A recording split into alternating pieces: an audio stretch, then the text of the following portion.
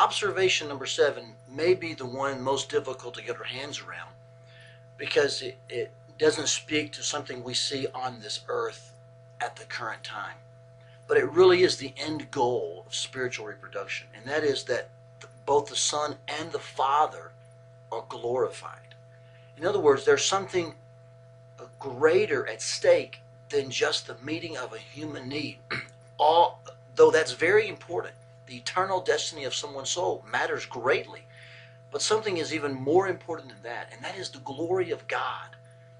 And I think it's interesting that Jesus makes it very clear to Nathanael that you will see greater things than these. In other words, you'll see things more important and of greater significance than just people coming to Christ.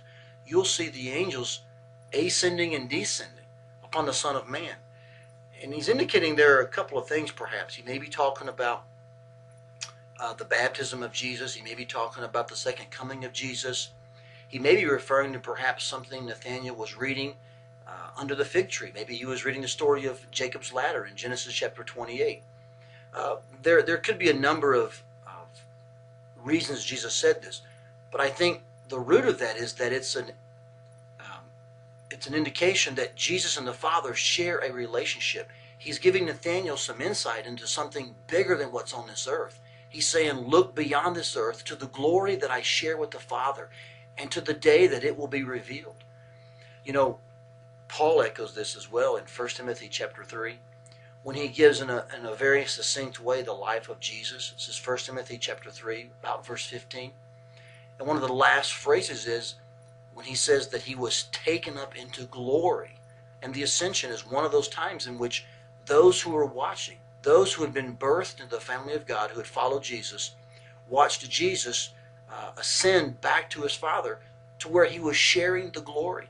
He was one with the Father. He was going back to the Father.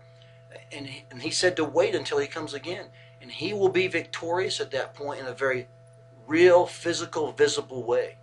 It will be a great climax to all of our efforts here in witnessing and in sharing our testimonies.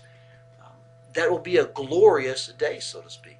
Philippians 2 also talks about how there is a day coming when Jesus will reign and the whole world will see him as the Son of God, and the tongues will confess and the knees will bow, and all of this will be done to the glory of God the Father. You ought to check this out in Philippians chapter 2.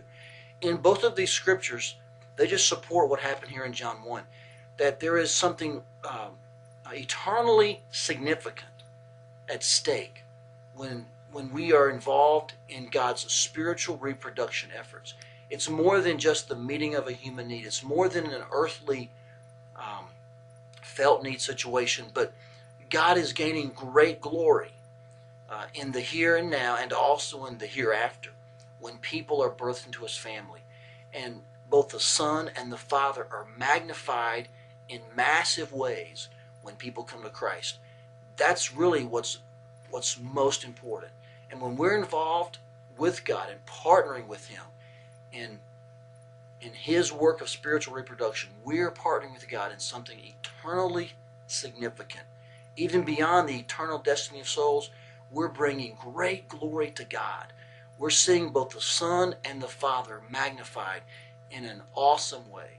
So let me encourage you to continue to stay involved in your efforts of spiritual reproduction around those closest to you, presenting Jesus clearly in both visible and verbal ways, because in doing so you are partaking and participating in an eternally significant task that brings incredible glory to both the Son and the Father.